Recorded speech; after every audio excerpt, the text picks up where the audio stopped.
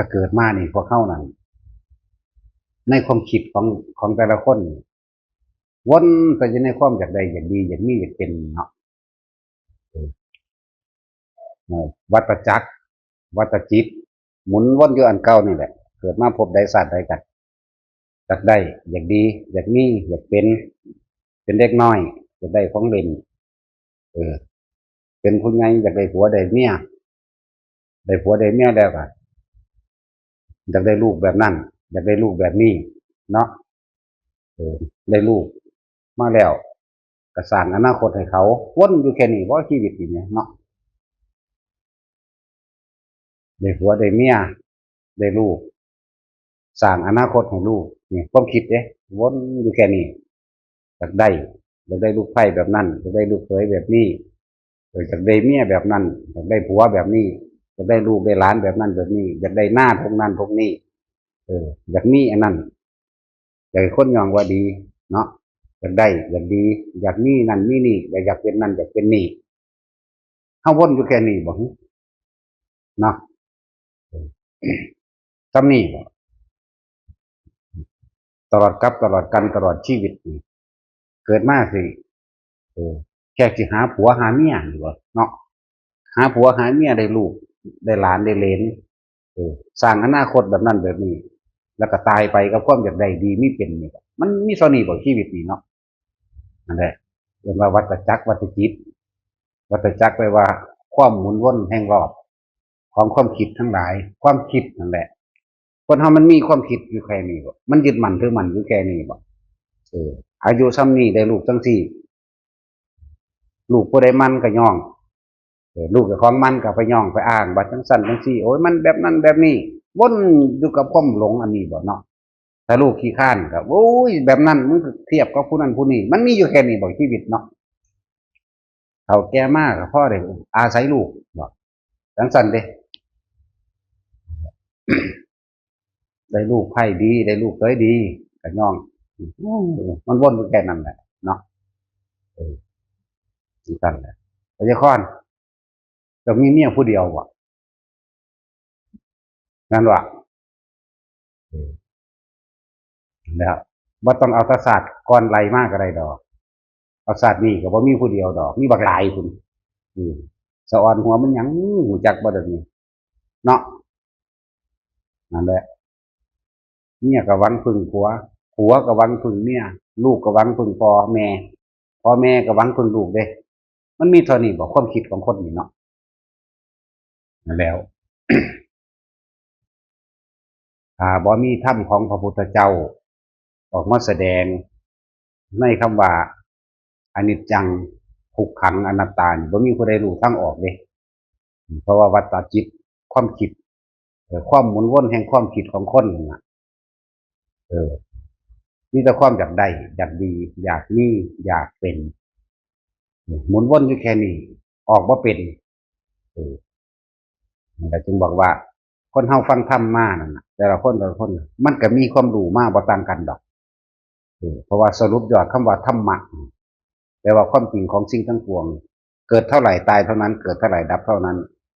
สิ่งใดสิ่งหนึ่งเกิดเป็นธรรมดาพย่อมเสื่อมสลายดับไปเป็นธรรมดานี่มีความรู้พอกันอยู่ได้ตัวนี้ตรงที่ต่างกันคือต่างตรงที่ความละอารมณ์ความยึดมั่นถือมั่นไงต่างบางนี่นึงเด้บ่หาตะลุยยังมากไม่กระดอกบ่หาแต่ว่าต้องท่องธรรมจักรกับปวัตตนสูตรได้ทั้งเบิดสวยงามเพราะพริ้งอนัตตลักษณะอธิตะปริยยะสูตรหรือท่องเขาสูตรได้ทั้งเบิดท่องได้เบิดพระไตรปิฎกนั่นบ่แม่นว่าจะไปขนาดนั้นดอกความจริงของโลกนี่อนิจจังอนัตตาเท่านั้นถ้าผู้ได้รู้เข้าไปตรงนี้แล้ว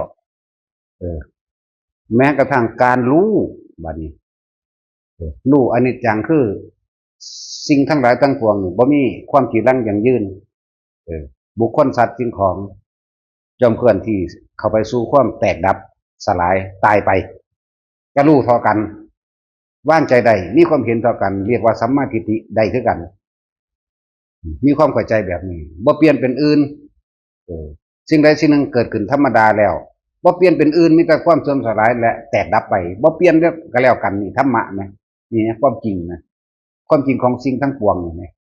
บ่เกี่ยวกับคำว่าศาสนาพุทธพร้อมบ่เกี่ยวกับคำว่าศาสนาคริสต์อิสลามบ่เกี่ยวกับฮินดูบ่เกี่ยวกับซิกบ่เกี่ยวกับเซนบ่เกี่ยวเลยนี่เป็นความจริงของโลกนี่แหละแปลว่าธรรมะธรรมะแปลว่าความจริงความจริงของสิ่งทั้งหลายทั้งปวงมีความเกิดเท่าไรก็ตายดับเท่านั้นอย่างเงี้ยฝรั่งบ่เคยรู้จักหยังก็สร้างแต่เขาเข้าใจตัวนี้แล้วเขาว่างอุปทานของเขาว่างความอยากได้อยากดีอยากมีอยากเป็นเพราะว่ามันเห็นอนิจจังเห็นอนัตตาแต่ถ้าเฮาเข้าไปยึดแล้วเฮาย่อมเป็นทุกข์ถ้าเฮาเข้าไปยึดแล้วความคิดของเฮาย่อมเข้าไปจิตเนี่ยคือย่อมเข้าไปติดกับสิ่งที่ยึดก็เลยทุกข์กับสิ่งที่ยึดสิ่งที่ยึดนั่นล้วนแล้วถ้าเกิดกับดับเท่านั้นแล้วก็สิยึดเฮ็ดหยังก็ถอยถอดว่างนี่มันเข้าใจจากว่ามันเข้าใจโดยการเห็นจึงว่าเห็นตามความเป็นจริงด้วยนี่แต่ว่าการละตามความเป็นจริงมันบ่แม่นละโดยการเห็นแค่นี้เด้ต้องมีการกระทบกระทั่งเกิดขึ้นแล้วเกิดความรู้สึกที่บ่มีความรู้สึกได้คนละจริงๆนั่นน่ะมันสิมีเหตุการณ์ดอกเฮาปฏิบัติธรรมเฮาเข้าใจดีเพราะว่าสิทรงชั้น1 2 3 4หรือยังก็แล้วแต่ในธรรมรู้แจ้งแทงตลอดในความหมายเป็นอย่างดีนี่เป็นสัมมาทิฏฐิจังซี่เขาชั้น1 2 3 4อรูปชั้น1 2 3 4ได้เก่งแต่ว่าเหตุการณ์ที่ทดสอบทดลองว่าเจ้าของละได้จริงหรือบ่ได้จริงเบิ่งเวลามันสิความตายมาถึงเด้อคนถือปืนส่องใส่เฮาสับหลาดมัน4-5คนแต่คนผู้นั้นบ่มีความรู้สึกหยังเลยสิรู้สึกสิบ่มีความรู้สึกหยังเลยเบิ่งกับเบิ่งเขาถือปืนจ่อมาหาเฮาสิยิงเฮาจังซี่มันสิเสยมันสิบ่มีความรู้สึกหยังเลยนี่ต่างหากตัวละแท้ๆเด้อจึงบอกว่าทั้งเบิดนี่น่ะการปฏิบัติธรรมทั้งเบิดนี่รู้โลดมึงสิรู้ทำใดถ้ามึงรู้แล้วละบ่เป็นจึงบอกว่าเอาอารมณ์ความรู้สึกตัวนี้แหละมาเป็นเครื่องวัดตัวเองฉะนั้นจึงบอกว่ามันไม่มีผู้ใดรู้ผู้ใดดอกว่าเขาละได้หรือว่าละได้อันส่วนการอธิบายขยายความโดยธรรมนะถ้าอ่านได้หลายมันก็อธิบายได้หลายเท่านั้นแหละนะนั่นแหละ เหตุการณ์มันต้องเอาเหตุการณ์จริงมาใส่จากบาระเหมือนจังว่าเหตุการณ์จริงเขาเอาปัจจุบันขณะตรงนั้นจากบ่นี่ไหมปัจจุบันขณะที่คนสับลาบมาเนี่ยเล่งปืนใส่เฮาอากลากผู้เขาละจริงๆนั่นคือซื้ออยู่เลยเดี๋ยวเบิ่งจะตามมันแมปอยู่บ่มีความคิดหนึ่งอย่างอีกมันบ่มีอารมณ์ความรู้สึกสะเทือนเข้ามาบ่มีเด้นั่นแหละเป็นนั่นสั้นนั่นแหละมันต้องมีเหตุการณ์จริงในปัจจุบันได้ใส่บ่แม่นอรหันต์จินตนาการเด้พวกอรหันต์จินตนาการต้องอย่างนั้นต้องอย่างนี้ต้องอย่างนั้นต้องอย่างนี้ละอย่างนั้นอย่างนี้ความคิดไปแล้วละนันทิเพลินไปนั่นมันเป็นแนวทางที่เพิ่นบอกซื่อดอกมึงนันทิรถหน้าปืนสับลาบมานี่เอาแม่สิลาแบบไรเอานั่นแหละมันซื่ออยู่นั่นแหละเขาจึงว่าพยายามฝึกเพิ่นเป็นหยังจังให้ฝึกไปอยู่ในที่เป็นตาญาณเพิ่นให้ผ่านความตายนั่นแหละรูปกับน้ำอย่างกะขันหารูปเวทนาสัญญาสังขารวิญญาณเลยว่ารูปคือร่างกายอันนี้เวทนาสัญญาวิญญาณอันนี้น้ำนี่คือความรู้สึกจักบอกบ่ว่าสิเป็นสัญญาคือความจำอย่างต่างๆนานาสารพัดสัญญาเวทนาคือความรู้สึกต่างๆนานาสารพัดมันก็ม่วนใส่กันกับสัญญามันก็ม่วนใส่กันกับสังขารมันก็ม่วนใส่กันกับวิญญาณคืออารมณ์ความรู้สึกโตรับรู้ความรู้สึกนั่นแหละเวทนาสัญญาสังขารวิญญาณเอื่นว่าใจเอื่นว่าจิตเอื่นว่าผู้รู้ครับว่าอันเดียวกันเอื่นว่าความรู้สึกอะไรบ่เป็นแนวอื่นไปเลยก็เลยมาร่วมเอาให้ทุกคนเข้าใจง่ายว่าความรู้สึกนี่ร่างกายก็ตั้งหากเพราะว่าทุกอย่างเนื่องจากรูปความรู้สึกพี่เด้โตใจพี่เด้โตเป็นผู้หลับครับบอกความรู้สึกเลยความพอใจเลยบ่พอใจอันลึกยิ่งกว่าความรู้สึกทั้งปวดขาเจ็บบาดเจ็บแผลนี่บาดนี้อันลึกโดยความรู้สึกนั่นเป็นน้ำบักฮานเรายิ่งกูได้เจ็บขานี่ตัวลึกเข้าไปเข้าใจบ่นี่ เริ่มไปผูกแขนใช้กันเจ็บใจจากว่านี่ตัวนี้อันถ้ามันไปเหยียบน้ำหรือว่าถือเขาฟันหัวมาเนี่ยตัวนี้ความรู้สึกปวดตัวนี้มันเลยผ่านจากว่ามันผ่านความรู้สึกโดยทั้งกายเด้แต่ว่ามันก็เนื่องจากกายเนื่องจากรูปบารามันมีการกระทบบางนั้นเป็นผู้เอามีดฟันหัวกูแล้วกูเจ็บใจใส่พุ่นคนเด้นี่เด้มันถูกตัวทั้งในนี่ตัวใจนี่ไหมตัวความรู้สึกนะตัวนั้นตั้งหากเนื่องว่าทุกอย่างมันจึงเนื่องจากกายเนื่องจากรูป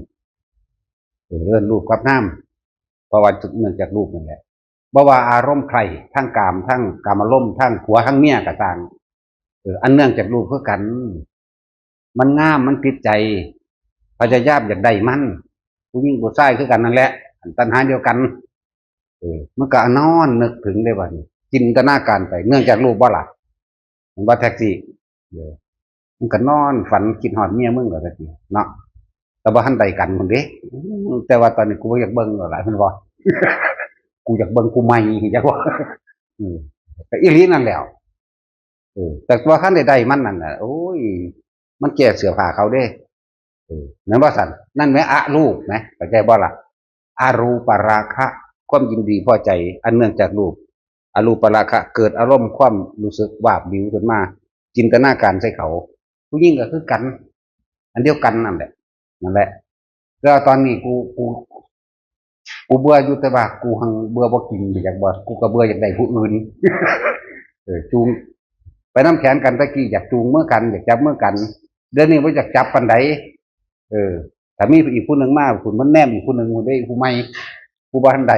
นั่นแหละบัดนี้มันก็จำง่ายๆได้อันนี้มันอยากแม่ว่าล่ะจำง่ายๆอีนั่นนอนน้ำเมียอีนั่นแหละดีๆก็นอนน้ำเมียแต่ว่าจำหนาอีนั่นจากบ่ล่ะเหมือนว่าเนี่ยค้อนเป็นทั้งสั้นว่าแม่นบ่เจ้าก็เลยก็จะเป็นเงินจังอันอืดอยู่คือยังนี่นี่ผู้เดียวว่าเมียนี่ไงเนาะประสาทนี่เจ้าก็มีหลายคนเหรอเด้ผ่านหลายคักหรอเนาะมหาตะไลประสาทที่แล้วทั้งหลายคนมันนั่นเราวงจรเห็นบ่นี่วงจรแห่งความคิดความยึดมั่นถือมั่นของอารมณ์ความรู้สึกที่พวกเข้านี่ออกจากความรู้สึกนี่บ่ได้เลยความรู้สึกหยังอยากได้อยากดีอยากมีอยากเป็นนี่คิดอยู่ซ้ำนี่บ่เกิดมานี่แค่เอาผัวเอาเมียได้ลูกได้หลานแล้วก็ตายไปเกิดใหม่นี่บ่เนาะแม่นบ่ล่ะวิธีฝึกให้มันออกจากสิ่งเหล่านี้เพิ่นก็บอกแค่อานาปานสติหนึ่งแลรู้ลมหายใจออกรู้ลมหายใจเข้าหนึ่งเด้ออกกับเขาออกกับเขาเขาออกมันนั่งเห็นดอกความคิดนั่นนะมันจะคิดไปหาผู้นั้นคิดไปหาผู้นี้ในแรกวิธีออกจากวงจรแห่งความคิดว่าวัฏจักรวัฏจิตความคิดที่หมุนรอบวนไปในนี่แหละในระปฏิจจสมุปบาทก็เลยหมุนวนตัวอย่างอันเก่าอยากได้อยากดีอยากมีอยากเป็นเจ้าเวียนใบใจเกิดที่นี่แต่ที่ว่าเลยจะมีเมียผู้เดียวบ่ในศาสตร์นี้เนาะแต่ในศาสตร์นี้เขาก็บ่ได้มีผู้เดียวจื้อบ่ได้เลยเนี่ยบ่ล่ะแน่บัดเฮาไล่เบิ่งไปสมัยชาตินี่เฮาเกิดเป็นงัวเป็นควายดิมีเท่าใดมาแล้วเนาะสมัยเกิดเป็นหมาเดี๋ยวมีเท่าใดเป็นไก่มีเท่าใดเป็นกบมีเท่าใดเนี่ยบ่ล่ะสมัยเกิดเป็นนกเบิ่งมันมีจักคนแล้วเดี๋ยวนี้มันก็วนอยู่อันเก่านี่นึงเด้จนว่าเคลื่อนที่คอยทำดีมาเลยจังมาคอยเกิดเป็นคนมาเป็นคนแล้วก็มาวนอยู่ในอันเก่านี่เด้ใหญ่ขึ้นมาเอาผัวเอาเมียบ่หาอยู่หากินบ่เลี้ยงลูกบ่ก็ไปมีความหวังนำลูกอยากให้ลูกได้เป็นแบบนั้นอยากให้ลูกเป็นแบบนี้บ่ทางคนกับลูกก็บ่ทันได้เป็นหรือเปลี่ยนกระสร้างตายซ้ำตายกับตายน้ำมันบ่ฮู้จักว่าสิออกจากกรอบแห่งความคิดแบบใดบ่ฮู้จักนั่นแหละมันก็เลยเวียนว่ายตายเกิดวิธีออกจากกรอบแห่งความคิดกับแนะอยู่ตลอดนี่พระเจ้าเกิดมาแค่ว่าสิง่ายขึ้นมาเอาผัวเอาเมียได้ลูกได้เต้าได้หลานเลี้ยงหลอนแล้วก็ตายแล้วก็เกิดใหม่นี่บ่ออกจากห่วงแห่งความคิดวังวนอันนี้ได้อยู่บ่มีไหมนั่นว่าสั่นมีความคิดอยู่แค่นี้บ่ไปให้ไปหน้าจากปรับปรุงให้นั่นอยากปรับปรุงให้นี่แบบนั้นแบบนี้อยากเอาต้นไม้นั้นออกอยากเอาตอนี้ออกปรับนั่นปรับนี่บ่เฮ็ดอยู่แค่นี้บ่เนาะมีต้นบักม่วงมีต้นบักหวงบักม่วงก็หันบ่หวงให้หวงหน้าอยู่หันบ่ ไปเลี้ยงงัวเลี้ยงควายก็อะไรห่วงของกูมันมีอยู่แค่นี้บ่เนาะเดี๋ยวจะมาใกล้ของกูจังสั่นจังสี่จมดาขุดขึ้นมาลาดเงาสักกะลาดแม่นบ่ล่ะด่าเขาชีวิตคนทั้งหมดมันมีเท่านี้บ่เห็นพวกนั้นได้ดีกับอิจฉาริษยาเขาไปใส่ร้ายเขาเฮ้ยมันสิมีหยังมันลักมารวยหรอกพวกนี้พวกคนกินลักกินมันมีเท่านี้บ่เนาะเห็นผู้ใดดีๆก็วางสั่นแต่เห็นเขาได้น้อใหม่มาขายหลายก็ว่าอุ้ยมันไปหาลักมาเลยอ่ะไปหาเก็บเห็ดคือจังเนาะนั่นไปเอาหม่องกูหาไว้แล้วเด้พิษกันก็มีพวกไปหาจู่ตอก็ไปไม้ไว้พิษกันก็มีน้ำตอนั่นแหละแม่นบ่กูไม้ไว้แล้วเด้มื้อนั้นมื้อนี้มึงบ่เห็นถุงกูผูกบ่แนวพวกหาตอขายเลยชีวิตมันอยากได้อยากดีอยากมีอยากเป็นมันอยู่แค่นี้บ่มันอยู่ในวังวนอันนี้บ่เนาะแม่นบ่ล่ะพวกหาอยู่หากินมันแค่นี้นั่นแหละว่าแต่ละคนมันเข้าใจธรรมะนี่เข้าใจสำใดธรรมะนี่แปลว่าความจริงของสิ่งทั้งหลายทั้งปวงมีความเกิดขึ้นเป็นธรรมดามีความดับเป็นธรรมดาพระพุทธเจ้าเพิ่นนำกฎธรรมชาติออกมาสอนมาแสดงเด้อนิจจังกับอนัตตาแต่ว่าถ้าเฮายึดนั่นเฮาจึงทุกข์เด้อนิจจังอยู่หน้าอนัตตาอยู่หลังทุกขังอยู่กลางจึงว่าอนิจจังทุกขังอนัตตาพอเฮาบ่รู้ความเกิดและความดับเฮาจึงพากันอยู่เฉพาะอดีตและอนาคตไม่รู้ปัจจุบันเห็นบ่อดีตเดี๋ยวเพิ่นสิเว้าอนาคตโดดเพราะว่าอย่างความคิดของเฮามันวนอยู่แค่นี้ไงอยู่ในอดีตกับอนาคตนี่อดีต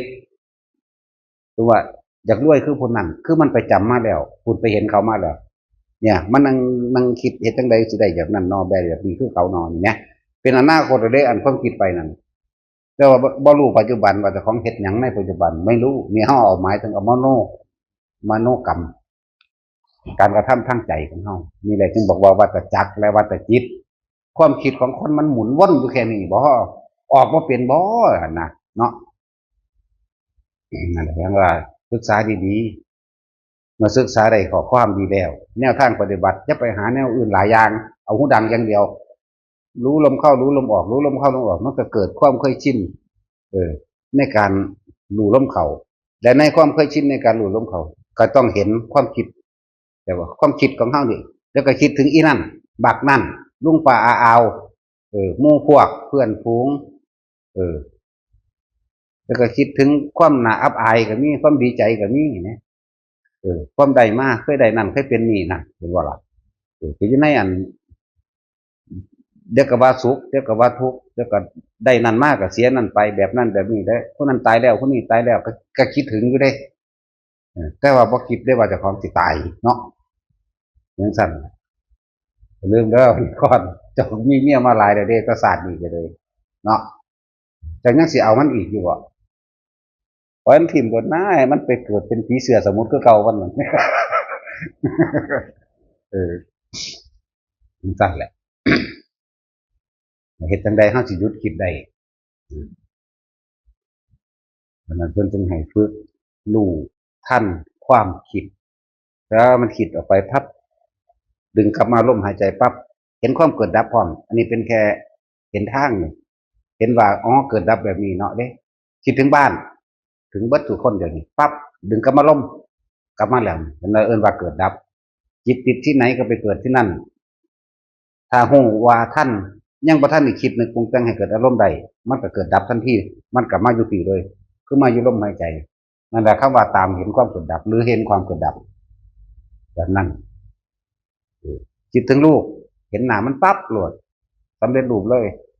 แต่คิดห่วงมันปุ๊บนั่นพบเกิดขึ้นดึงขึ้นมาล่มทำให้มากทำให้บ่อยทำให้ชินมันก็เกิดเห็นดูเขาจ้ะมันก็คอยท่านเขา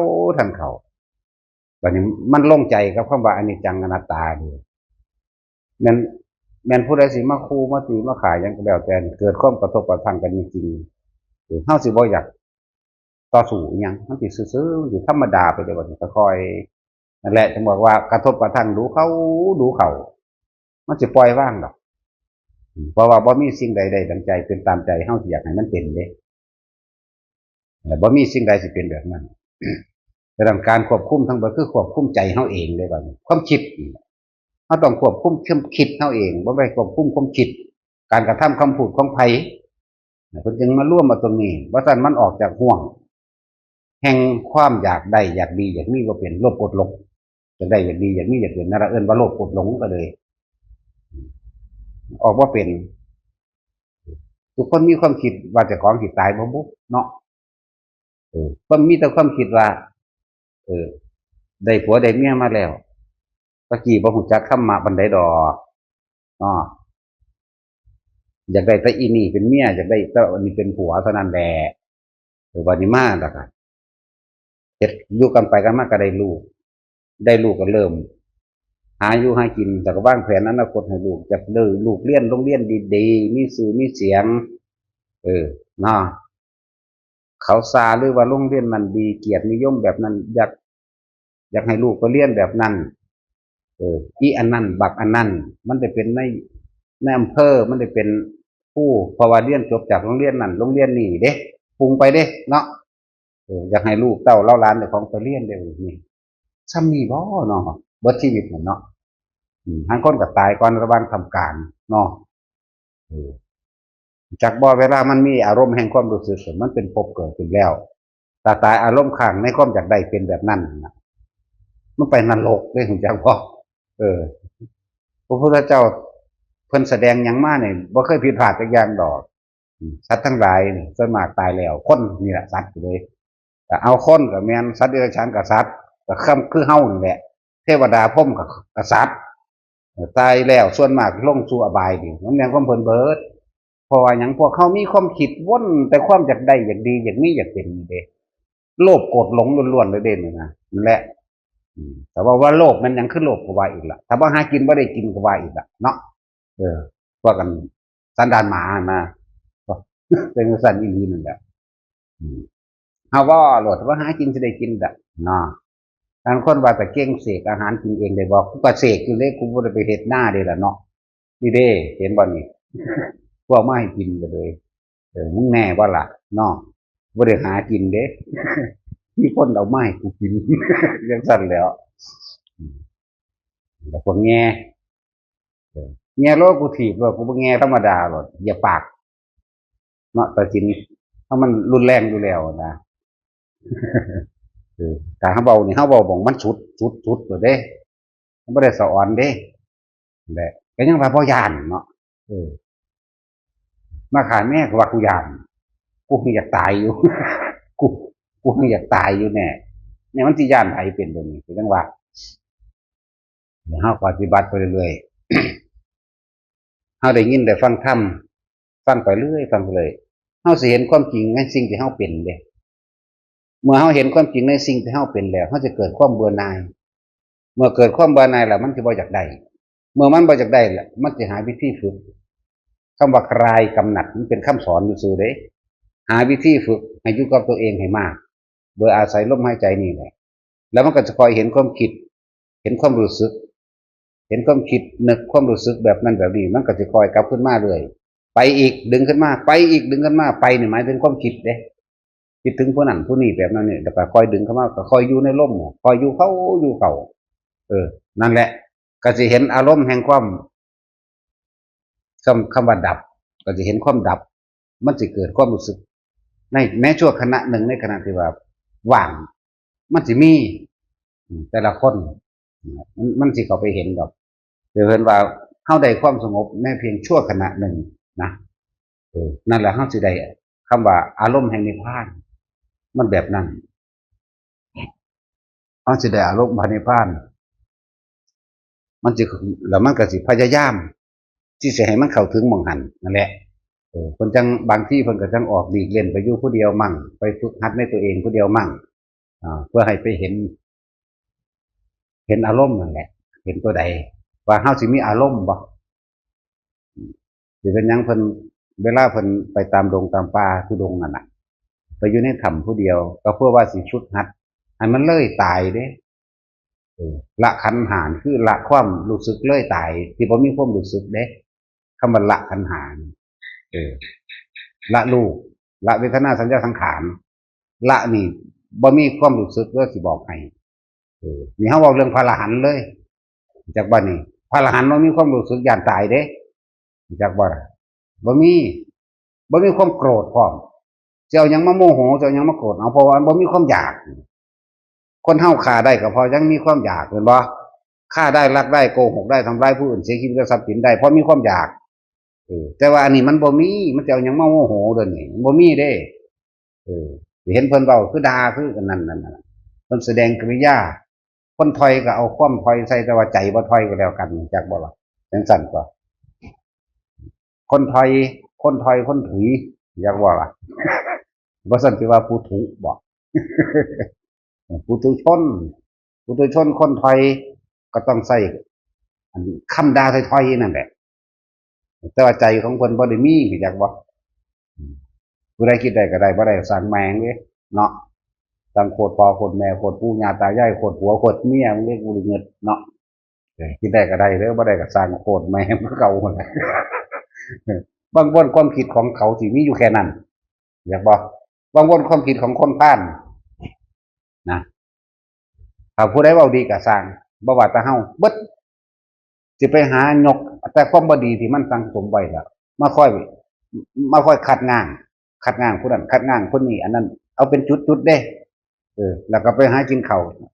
กับเกลือบักพริกคือเก่าแหละไปประแดกตัวเองแหละ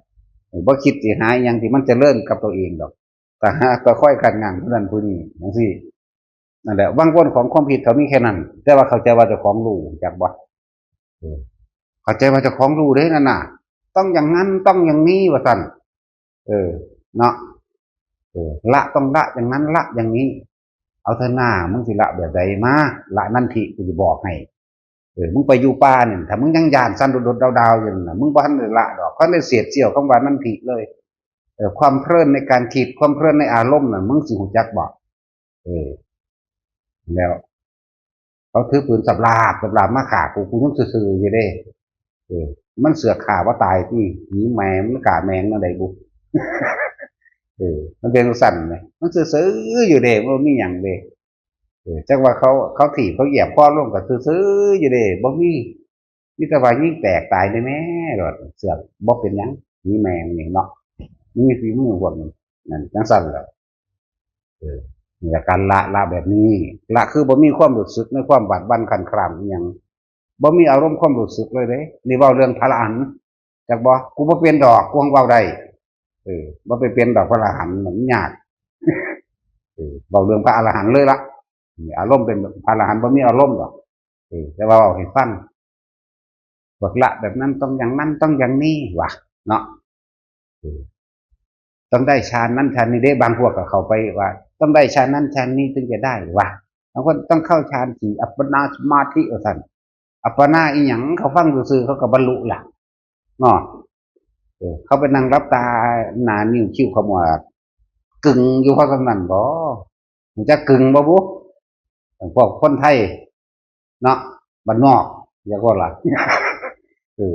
คนเล่านี่อีสานนี่มันเป็นคลาสสิกเด้จากบ่มันเป็นเนชั่นแนลเรียกว่ามันเป็นสแตนดาร์ดเนชั่นแนลมีทั่วโลกเด้เนาะจังซั่นแล้วอยู่แอฟริกาก็มีจังซั่นแล้วมันเป็นจังซั่นแต่พวกเฮาเอาดีๆเวลากระทบกระทั่งดูๆนั่นน่ะกระทบกระทั่งมันบ่ได้อีหยังพอปานใดดอกซัมมื้อนี้ซัมมาซัมมื้อนี้อยู่ก็อยู่นั่นคือปลอดภัยที่สุดแล้วบ่ได้ไปเสี่ยงอันตรายบ่ได้เข้าไปอยู่ในป่าบ่ได้ไประวังงูขี้เข็บแมงงอดดอกบ่ได้ไประวังเสือบ่ได้ไประวังช้างดอกบ่ได้ไประวังฟ้าผ่าฝนตกลมฟ้าห้องบ่ได้ไประวังอีหยังปานนั้นดอกแค่ระวังความคิดเจ้าของมันก็ย้านล่ะย้านหยังแค่อันลมพัดใบไม้ขูดหลังคากรวกกระผีเราเบิ่งดูมันเนาะอันนั้นจังแม่นหยังเด้ที่เฮาเข้าไปฝึกฟ้าผ่าเปียงเสียงมันดังสนั่นบันไหวเป็นสะเทือนอหยังบ่ธรรมดาเด้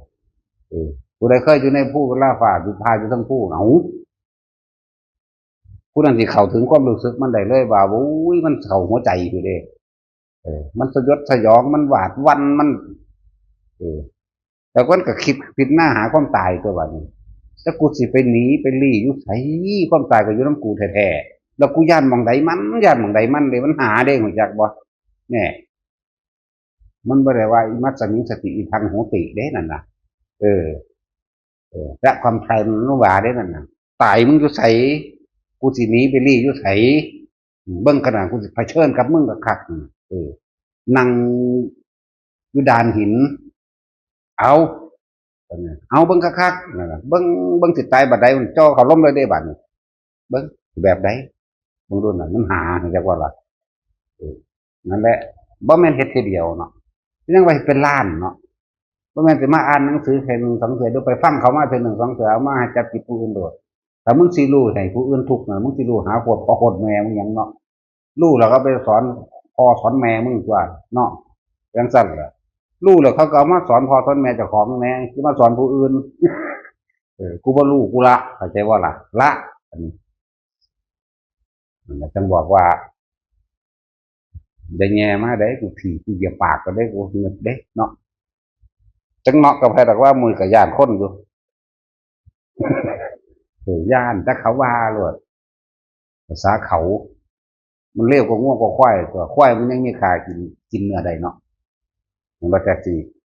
มึงบางมีขาบ่เอาบ่ทำไก่เด้ก็จะบอกให้สิหนูก็บ่ได้เนาะเขายังเอาไปขัวไปออมได้อยู่เด้เขาบ่เอาไปขัวได้มึงอย่างว่าอีปากตายเนามาแม่เขาจะเอาไปเยอะกูก็ขี้เกียจว่ากูเขาก็เลยหามึงจูบทิ้งมึงสั่นคิดถึงตัวเองเด้อไผก็ดีบดชีวิตถ้าเกิดมาเนี่ยหาได้หาดีหานี่หาเป็นนี่บ่ชีวิตซ้ำนี่แต่งงานมาแบบที่แรกก็หวงผัวหวงเมียหวงผู้สาวหวงผู้เบาหนึ่งไงเนาะมีความคิดซ้ำนี่บ่เนาะออกจากบางคนนี่เป็นอยู่บ่บัดได้กันมาแต่ก็หวงให้หวงหน้าหวงของอยู่ของกินเนาะผู้ใดมารักผู้ใดมายืมไปหรือว่าขอแล้วชี้ที่ค่ะคืออย่างแต่เขาขอยังอยู่บ่จากให้เด้ความนั่นความนี่ขึ้นไปเป็นมามันมีซ้ำนี่บ่เกิดมาแต่ว่างวนซ้ำนี่บ่เนาะราคาเขาขอก็ยังขี้ที่ทั้งปล่อยทั้งด่าทั้งเอาให้ทั้งโยนก็มีเนาะจังสั่นล่ะสิไปว่าหยังกับหลายๆอย่างที่มันเปลี่ยนมาแต่งงานกันได้ผัวได้เมียแล้ววันนี้ที่พวกว่าเป็นลุงป่านาอาซึ่งกันและกันเองแย่งที่ดินกันได้บัดนี้ฆ่ากันเอามูลได้บัดนี้เนาะมันมีสำนีบ่เนาะแต่พวกเฮาคือบ่เฮาไปจินตนาการเอาได้ดอกภาพถ่ายเขาถ่ายเอาภาพอวกาศเอามีโลกน้อยอยู่นี่นะเฮาอยู่ส่วนใดของมันบุเห็นบ่ล่ะเฮาอยู่ส่วนใดนึงก็มาหวงกับแต่ภาษากรที่ดังหมู่นี้นะมาเคียบลอดบางหุ้งป้อบางม่วงกระดันหวงจังซั่นล่ะมักสิดาแม่งธรรมดามักพริกจังซั่นล่ะหวงบักพริกหวงบักเขือหวงบักฮุงหวงบักทั่วหัวกินไข่คาขิงผักกระถินเกษตรผักบุ้งน้ำหวยน้ำหนองหวงนั่นบ่ล่ะกล้วยอันหรือมันเกิดขึ้นเองแล้วก็ไปหวงก็มีเด้เนาะอันนี้ความจริงล่ะนะยังจะเลยคุณมักม่วงป้าคุณป้าก็เป็นสาธารณะก็ยังหวงอยู่ของกูเด้ก็ว่าเก็บเอามาขายอยากสแตกแต่ผู้เดียวเห็นบ่เนาะนั่นแหละว่าคนเฮา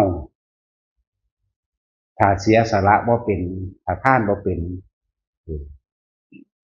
ว่าเสียสละบ่เป็นอย่าคิดเด้ว่าสิรู้จักคำว่าละออกแม่นบ่เอาบ่เคยทำเพื่อผู้อื่นโดยบ่หวังสิ่งใดสิ่งหนึ่งตอบแทนเลยทำดีโดยบ่ได้คิดเอาดีบ่เคยเสียสละจริงๆมันละตัวเองบ่เป็นเด้คำว่าอัตตาตัวตนคำว่าตัณหาและอุปาทานมันละบ่เป็นอีหลีเด้ถึง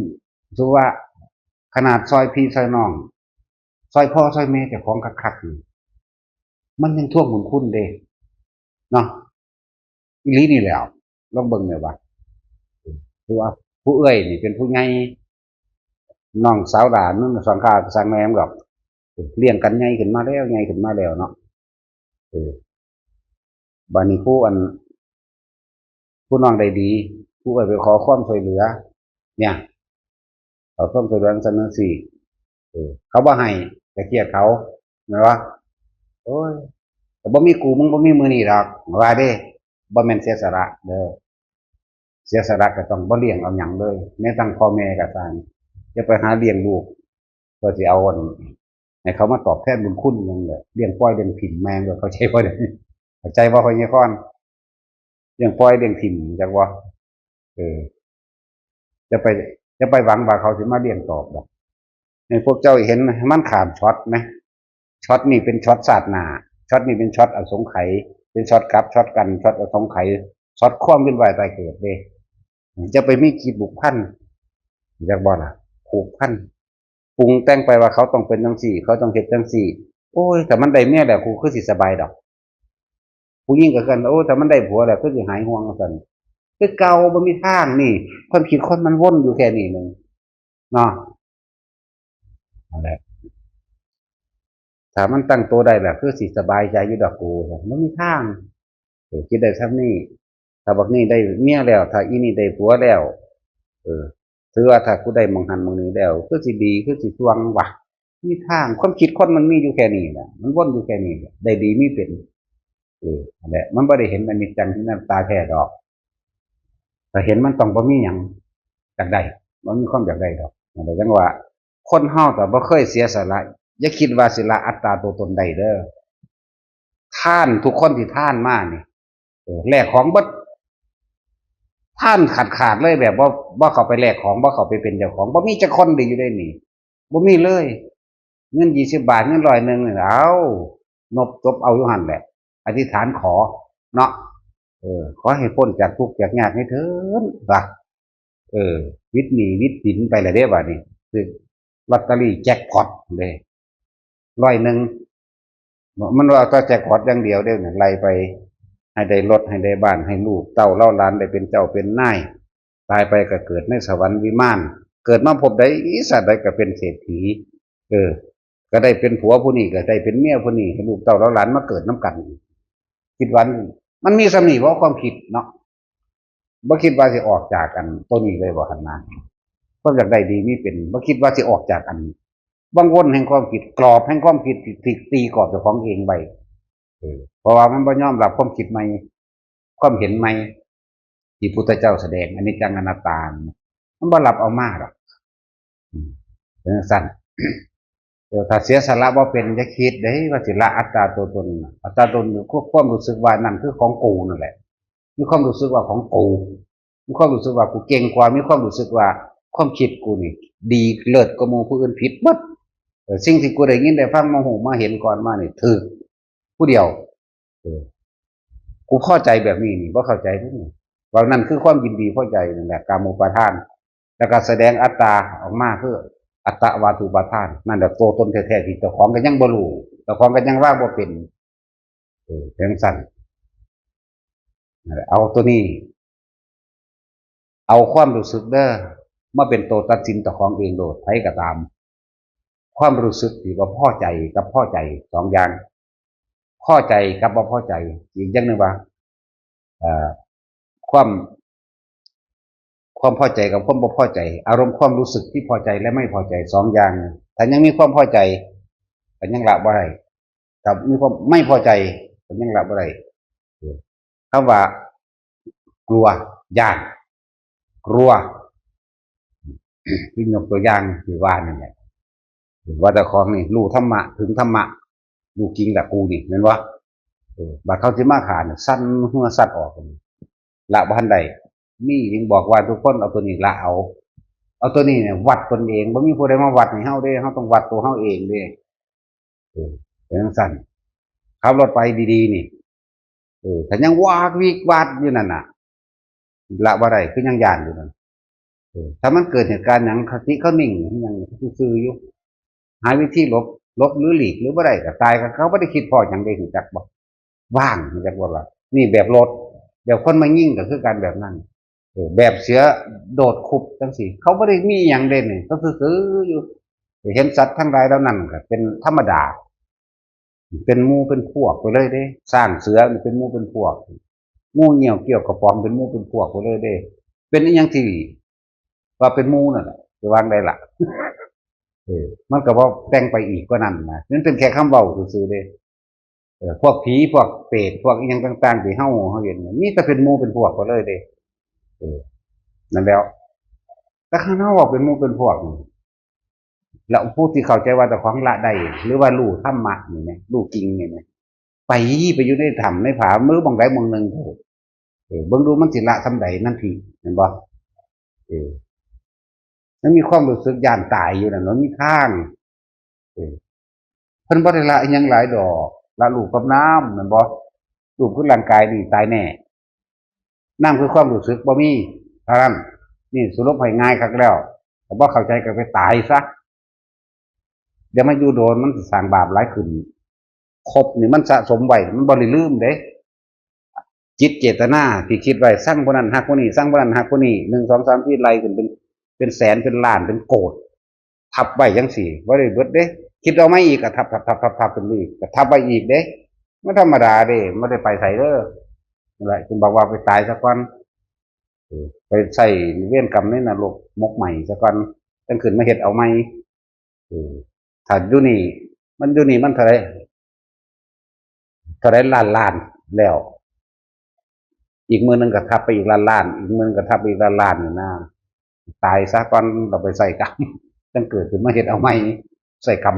จังเกิดมาสร้างอกุศลกรรมใหม่แล้วตายไปใหม่ความคิดมันมีอยู่แค่นี้เดี๋ยวของคนคือว่าล่ะอยากได้อยากดีอยากมีอยากเป็นหมุนอยู่แค่นี้หางคนก็สิตายแล้วเดี๋ยวบางลูกบางหลานในความรู้สึกถ้าผู้สร้างดูไพ่อีกนี่เด็กมันบ่ล่ะมันก็เลี้ยวเบิ่งคนนั้นเลี้ยวเบิ่งคนนี้ถ้าเป็นผัวไปเลี้ยวเห็นหน้าเมียเฒ่าเก่ายิบล่ะอีห่านี่ว่าเด้ถ้ากูตายมึงเอาผัวใหม่กูมาหักคอมึงดูธรรมดาบ่มันจะเอาหยังมาหักมันในนรกเป็นกลับความคิดแบบนั้นความคิดแบบนั้นอารมณ์แบบนั้นความรู้สึกแบบนั้นเป็นกลับคุณเด้น่ะลงไปข้าวเดียวนั่นแหละข้าวเดียวพวกแก้วอยู่แต่ว่าล้านปีมนุษย์หรอกธรรมดาบ่เป็นเทียบแต่ก็ล่ะสั้นพวกเจ้าคิดดีๆเด้อชีวิตเจ้าของตะเกิดมาเป็นแบบนี้บ่ตอนเป็นเด็กน้อยแย่งความรักจากพ่อแม่เฮ็ดอิหยังมาไปฟ้องกับพ่อกับแม่หรืออยากให้พ่อแม่ย่องว่าเจ้าของดีกันแกล้งพี่กับน้องแม่นบ่ล่ะกันแกล้งกันพี่กับน้องเพื่อสิเอาหน้าเจ้าของเองอยากให้พ่อแม่ย่องหักกันอยู่เด้ถ้าผู้ใดมาเฮ็ดรังแกหักอยู่แต่ว่าเขามาร่วมกันเองในครอบครัวแล้วแกล้งกันเนาะเป็นจังซั่นเด้ใหญ่ขึ้นมาอีกจักหน่อยก็เริ่มมักผู้สาวผู้บ่าวมันตอนนั้นล่ะถ้าได้กันไปแล้วก็หาแนวมาเลี้ยงกันต่อไปก็แบ่งให้แบ่งหน้าก็แย่งชิงให้หน้ากันแย่งชิงทรัพย์สมบัติกิจการกันนั่นนี่จังซั่นต่อมาได้ลูกความโลภของพ่อคูณขึ้นอีกเนาะแม่นบ่ล่ะจังซั่นกูบ่พอใช้กูยืมแหน่ไปยืมเงินเอื้อยไปยืมเงินน้องถ้าเอื้อยบ่ให้ก็เครียดนะกูเลี้ยงมึงนั่นตะกี้มึงเด้ว่าเด้เนาะมันท่วงกันจังซั่นเด้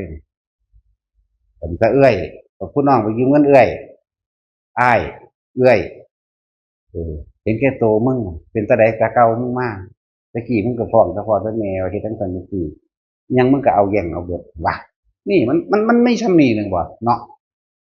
แหละแต่บ่ฟังธรรมพระพุทธเจ้าบ่เข้าใจบ่รู้ดอกไปก็ดีที่เป็นว่าใจเกิดอยู่ในอันนี้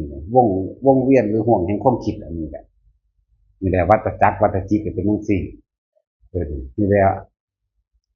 วัฏสามความหมุนรอบวนไปและเวียนมาของความคิดเอิ้นวัฏสามเรียกว่าปริวัติความหมุนไปแห่งสัตว์ผู้ยึดติดถือมั่นผู้ยังมีความคล่องอยู่ในความอยากได้อยากดีอยากนี้อยากเป็นกิเลสวัฏมันยังแน่ละกิเลสวัฏ1,500อย่างคนไรเอาที่ขีดดินขีดดอนพลานรถความใดความดีความมีความรวย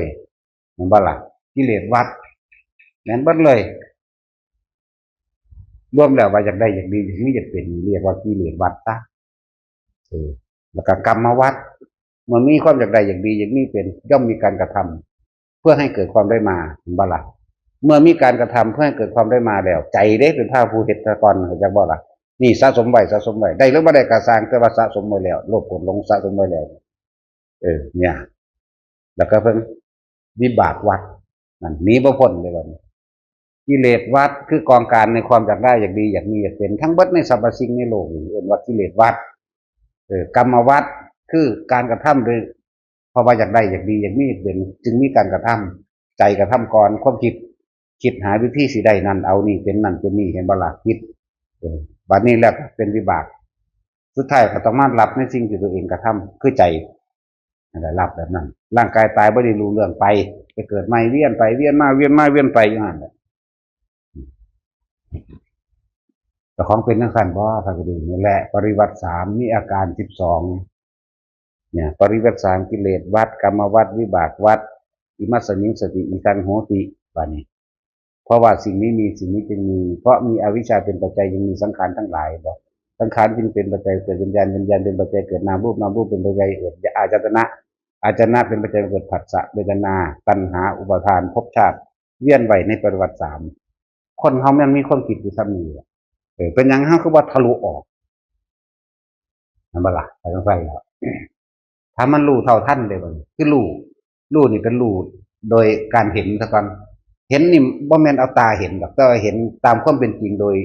ยความรู้สึกโดยทุกอย่างนั่นแหละเห็นว่าทุกสิ่งทุกอย่างเวียนว่ายตายเกิดอยู่แค่นี้เห็นว่าทั้งสิ่งทั้งหลายทั้งปวงเกิดเท่าใดดับเท่านั้นเห็นว่าสัพเพธัมมานัสลังอภินิเวสายะมันก็บ่ควรเข้าไปยึดหน้านี่อันนี้เป็นความเห็นที่มันสรุปว่าบ่ควรเข้าไปยึดมันถือมันซื่อๆเด้แต่ว่าการละจริงๆนั่นน่ะเฮาต้องฝึกตัวเองเพื่อให้รู้ทันอารมณ์เลยบ่ให้อารมณ์เกิดนะการละจริงๆนั่นน่ะจึงบอกว่าถ้าเฮาไปเว้าเอาอารมณ์พาราหันเขาสิมาฆ่านี่ก็เฉยๆบ่มีความรู้สึกบ่มีความโกรธบ่มีความเกลียดไม่มีความกลัวไม่มีความกล้าแต่บอกมันเป็นจังซั่นมันสิบ่มีหยังเลยธรรมดาเห็นเขาเป็นหมู่เป็นพวกไปเนี่ยมีอารมณ์พาราหันเสือกระโดดคุบเข้ามาจังซี่ก็ตามมันก็ซื่อๆอยู่สิบ่มีความหยังเลยสายแม่นสร้างแรงเข้ามาสิกระทืบมันก็จังซั่นแหละมันก็อยู่จังบ้านของมันจังซั่นงัวส้นตายจังสิเห็นบ่ล่ะมีพาราหันงัวส้นตายก็หลายองค์เด้เนาะจังซั่นแหละสิว่าอีหยังเขาบ่มีอารมณ์จังว่าถ้าบ่มีอารมณ์ล่ะกล้าก็ไม่กล้ากลัวก็ไม่กลัวตัวจะเอาหยังมากล้ามากลัวอยู่หั่นความคิดมันบ่แล่นไปเพราะมันหูทันความคิดแล้วมันเลยหยุดนิ่งไปเลยอยากว่าจังซั่นคนเฮาฆ่าลักทำลายเพราะว่าหยังเพราะความอยากเนาะอันนี้เด้ปริวัติ3กิเลสวัฏกรรมวัฏวิบากวัฏเพราะว่ามีความอยากในอันนี้น่ะอยากได้อยากดีอยากมีอยากเป็นสิมีการกระทำไปนั่นแหละดับก็ดับด้วยลมหายใจโลดบ่ไปเว้าแม่งยากเนาะรู้ลมเข้ารู้ลมออกเฮ็ดไปเฮ็ดมามันก็ทันความคิดท่านรู้เข้ามันก็ค่อยๆปลดปล่อยอารมณ์นั้นนี่ออกตัวในความใดดีมีเป็นค่อยปลดออกบัดนี้เหลือแต่การกระทบจริงเท่านั้นแหละกระทบจริงเขามาด่าอยู่เปียงอยู่นี่เฮ็ดจังไดมันสิซื่อๆอยู่เด้คือว่าสงสารมันก็บ่แม่นดอกเพิ่นคำเว้าซื่อๆบ่สงสารดอกจะเล่นตนเขาเนาะนี่เฮาเว้าซื่อๆความจริงบ่เล่นตนแมงไผจะคนดอกจักบ่ล่ะจริงๆเลยมันสิเป็นแบบนั้นเมตตากรุณามุทิตาเป็นแค่ว่าคำเว้าซื่อๆคำเว้าว่าคนบ่ทันได้ถึงหม้องหั้นก็เลยว่ามีเมตตาต่อกันนะนั่นน่ะกรุณาช่วยเหลือกันนะจะอิจฉาริษยากันนะเรียกว่ามุทิตาที่จริงมันอุเบกขาตัวเดียวนั่นแหละมันรวมอยู่ในนี้มันบ่อยากได้แล้วมันก็ซอยผู้อื่นนั่นตัวแม่นบ่ล่ะมันก็เลยว่าเมตตาที่จริงมันบ่อยากได้แล้วมันมีหยังก็เอาให้ผู้อื่นเบิดนั่นแหละมันกินเข้าไป3 ตายนึงสิไปมีหยังมาหวงแหนรักษาไว้เงินเขาก็บ่อยากหวงแหนรักษาบ่ได้ดอกบ่เอาแหมเงินทองกำแก้วบ่เอาดอกพระแก้วนั่นเฮ็ดเอาอยู่เงินทองเก็บเอาอยู่มันเป็นประโยชน์ต่อผู้อื่นก็เอาจักว่าล่ะบ่มีประโยชน์กับเจ้าของดอกเด้จักบ่จักสิเอามาหยังแต่เท่านั้นร่างกายถึงสิเจ็บปวด เขาก็รักษาไปตามเหตุปัจจัยและปัจจุบันของมันเองเด็จากบ่ล่ะเออร่างกายแม้นที่ป่วยปวดนี่เขาก็รักษาไปตามเหตุปัจจุบันเขาไม่ได้รักษาไว้เพื่ออนาคตว่าจะว่าเป็นหยังรักษาไปแค่ตายเองจากว่าปวดหัวก็กินยาพาราปวดแขนปวดร้อนถิ่มอืมเจ็บท้องนั้นนี่ก็ไปหากินยากากระต้ายบินเออเคยเห็นยังเคยว่าเจ้าพญาศิลกระต่ายบินเคยเห็นตนกคนนั้นได้บินเนาะนี่สั่นแล้วภาพจินตนาการกระต่ายแมงบ่สิบินคือพี่ตนกมันก็บินแล้วนั่นแหละก็คือเห็นพญานาคมังกรบินไปทั้งอากาศจังซี่เนาะเห็นต่างๆอยู่ในหูอยู่ในขี้ตมอยู่ในน้ำนั่นบ่ล่ะงูเดี๋ยวก็วาดปีกใส่ว่าในมันบินอยู่นั่นแหละคนอยู่จังซั่นคิดเบิ่งดีๆแต่ละคนเด้อคิดวนเวียนเข้ามานี่มีแต่ความคิดอยากได้อยากดีอยากดีนี่คือให้พวกอื่นมาย่องเจ้าของเด้แต่ว่าบ่ฮู้จักหรอกว่าเจ้าของเลวฮู้จักบ่ล่ะเอออยากดีอยากมีนั่นมีนี่คือเขาอยากเป็นนั่นเป็นนี่เห็นบ่ล่ะนี่มันมีเท่านี้ในชีวิตของสัตว์ทั้งหลายที่เวียนไปเวียนมามันยึดติดอยู่แค่นี้นะมันเข้าไปยึดมั่นถือมั่นอยู่แค่นี้ฉะนั้นฝึกหัดสละตัวเองเพื่อผู้อื่นมั่งคนที่ว่าเคยเสียสละนะได้คิดว่าสิละความยึดมั่นถือมั่นใดเด้อารมณ์ในความยึดมั่นถือมั่นแต่ศูนย์อยู่น่ะก็ยังมีความยึดมั่นถือมั่นจะบ่ล่ะแต่ศูนย์ใส่บนนั้นหรือทะยานสั้นอยู่นั่นก็นั่นแหละยึดมั่นถือมั่นนี่เขาละมึงดีเอาตัวนี้วัดแล้วก็ล่ะวัดเจ้าของเด้มันไปวัดผู้อื่นดอกที่จังหันพวกอยู่ในป่าสร้างแลนเขามาใส่นี่เขาก็เฉยๆอยู่เด้นี่เขาวัดกันแบบนี้เสือเขามาหลายๆหุ่มสลามวัดแบบนี้หมาฝรั่งมันบ่มันก็มาหุ่มมันสิมากัดบางทีผัดเลยมันแล้วบางอย่างตายออกมันบ่ล่ะว่าท่านได้ละอย่างว่าแต่ว่าเข้าใจอยู่ธรรมะอย่างว่าเข้าใจอยู่โอ้อันนี้เป็นอย่างนี้อันนี้เป็นอย่างนี้แต่ว่าประเหตุการณ์จริงหมาหุ่มสุปราบมาหาหกโตมีเป็นตาเขาเอื่นยังกัดก้นไหมผิดบูไหมคู่เหือออกว่าสั่นยางตายออกสั้นด้วยว่าสั่นแล้วนั่นแล้วหากมันละจริงๆมันคือว่ามีความรู้สึกเด้ธรรมดาเลี้ยวเบิ้งธรรมดามันแลนมาเฮาฮู้ว่าเฮาฮู้ว่าคู่กันโชคมันคือธรรมดาดินั่นนะละอันนั้นจะเป็นละแท้ๆนั่นแหละอารมณ์พระอรหันต์บ่ได้เป็นพระอรหันต์ให้ถึงกันนะเพราะเฮาบ่เป็นดอกมุ่งมากสิฆ่ากูฆ่าแม่งก่อนโลดนั่นแหละเนาะตัดสินคือกันตัวเฮาปฏิบัติธรรมเนี่ยเฮาก็บ่ได้ว่าเฮาจะไปเบียดเบียนไผเด้เนาะแต่ว่าเฮาก็บ่ให้ไผเบียดเบียนคือกันเด้ของบางอย่างมันก็ต้องใส่กำลังจักว่าล่ะมึงมารู้ว่ากูฆ่าแม่งก่อนที่เนาะคือยังบอกไว้แต่ละคนไผสิเข้ามาทำลายอิหยังก็แล้วแต่ในส่วนนี้ปีนทางแมงก็เคยว่าเด้อล่ะจะไปเงิดให้ฮู้จักได้เป็นโทษได้จักเป็นประโยชน์แต่ว่าเฮาเฮ็ดบ่ได้เจตนาเขาเรียกว่ารักษาความสงบเรียบร้อยฮู้จักก็ล่ะก็ผู้หนึงสร้างทางให้ได้ประโยชน์ผู้อื่นเนี่ยผู้หนึงสิมาทำร้ายก็บ่ซั่นว่านำแมงโดดซะก่อนเลยว่ากันแม่นว่าพญาคอนเพิ่นก็เป็นเมตตาโง่ๆบ่เอาเด้จักบ่ล่ะคือบอกตัวผู้ใดฮักลูกจะปล่อยลูกขาเด้อมันเป็นอนันตริยกรรมมันสิเท่าใดกลับเท่าใดกัน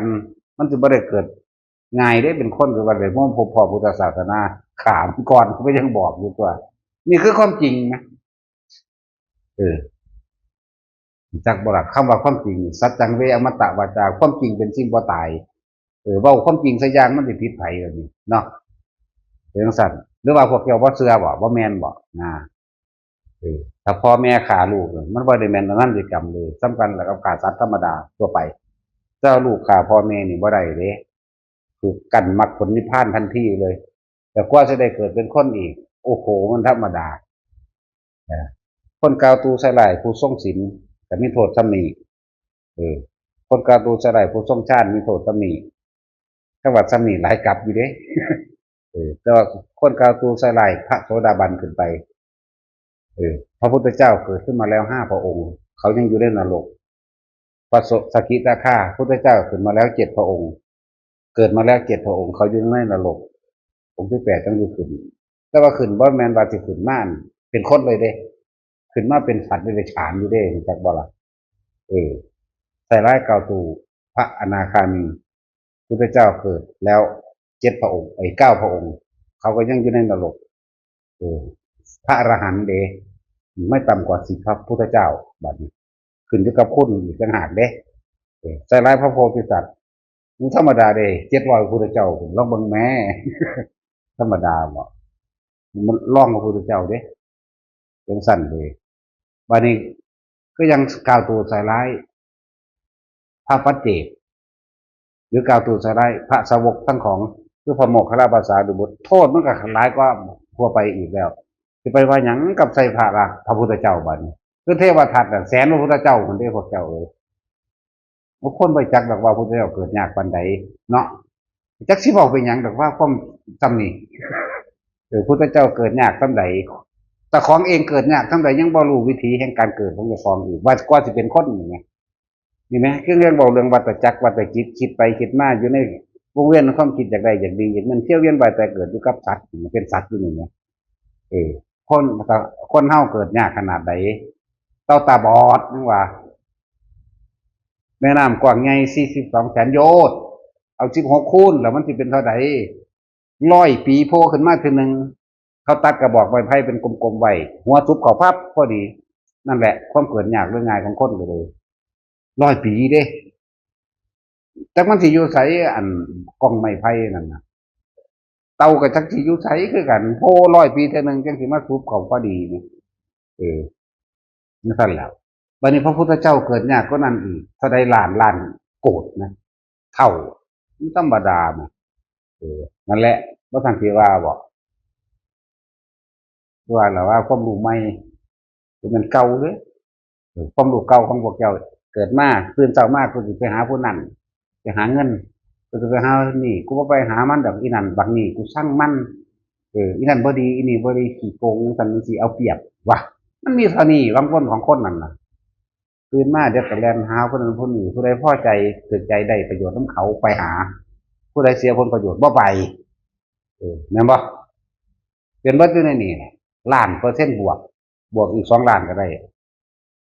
บ่มีผิดพลาดจักคนเลยอยู่นี่เป็นแบบนั้นถ้าอีใดขัดใจกูว่าเอาเปรียบโลดถ้าของเราเอาเปรียบเขาใช่บ่ล่ะนั่นแหละคือมันบ่ลงตัวตามความที่กูพอใจซื่อๆได้เลยว่าเขาเอาเปรียบมันคำนี้บ่แล้วก็ตายลงไปนรกนี่แล้วก็ไล่ลำดับขึ้นมาเป็นเปรตไล่มาเป็นเดรัจฉานมันดีบ่ดีเดรัจฉานลงไปเป็นผีไปเดรัจอีกนรกอีกหมุนขึ้นมามาเป็นสัตว์เดรัจฉานล่องไปนรกอีกนี่มันเวียนอยู่ซ้ำนี่นึงถ้าเป็นคนก็เวียนอยู่ซ้ำนี่นึงเนาะแต่ฝึกอานาปานสติจักทรงชันจับจุดอุณาโลมให้มันเป็นเห็นมันเป็นเห็นไปเรื่อยๆมันทางสิคอยเห็นกับของเองดอกวันเอาให้บ่ได้เขาก็บอกไปได้ว่าพระอรหันต์บ่มีอารมณ์อย่างพระล่ะเขาไม่ยิ่งกับเบิ่งเขาหมอกๆอยู่ซื่อๆอยู่บ่คิดหยังเด้สร้างแดนก็มาใส่ก็บ่ได้แล่นหนีได้อยู่ซื่อๆอยู่เสือกระโดดคุบก็บ่เป็นหยังหมาห่มใส่สับลาบเป็นร้อยๆตัวนึงบ่เป็นหยังเขาบ่มีหยังได้เขาซื่อๆอยู่ถ้ามีบุพกรรมแล้วก็กัดตายเท่านั้นแหละสร้างเหยียบตายเท่านั้นแหละมั่วกับส้นตายเท่านั้นแหละมันจะมีหยังตายกับตายตัวเขาตายก่อนนั่นกันไหมเขาบ่ได้มีความรักใหญ่อย่างยิ่งมีเป็นมันผมว่าจะเอาความรู้สึกมาจากใสเลยในความพอใจและบ่พอใจกล้ากับบ่กล้ากลัวก็ไม่กลัวจากบอลสร้างแรงเขามากสิกล้าแลนนี้สิต่อสู้กับบ่แม่นกลัวสิแลนนี้หรือยังทางกันทางอย่างกับบ่มีนี่แหละมันเป็นจังสี่เลยนั่นแหละฝึกเอาเราให้บ่ได้เว้ยโอ้ถ้าเราให้ได้ก็ให้แม่แต่ของพุ่นแล้วก่อนเนาะพญาคอนบ่ได้ให้เมียกูพญาคอนเด้ยังมีน้ำฮ้อนน้ำกันอยู่เด้ภาษาสั่นปานว่ามีเมียผู้เดียวเนาะว่ามันจาก10 กว่าคนอยู่บ่จังซั่นแล้วทิมโลดเอาผู้ใหม่พุ่นอันนั้นมันเฝ้าทิมแล้วเปื่อยแล้ว มันเปื่อยมันขึ้นอืดตัดสินกับพ่อดินหมดละแต่มันมาบ่ล่ะฮีโปอยากน้ำลูกหน่อยมันที่เขี้ยวเท่านั้นน่ะมีแต่ว่าเนี่ยตะกี้เจ๊เกียวตอนนี้ฮีโปเขี้ยวนี่ลูกน้อยเห็นปะนั่นแหละเอาสมทาน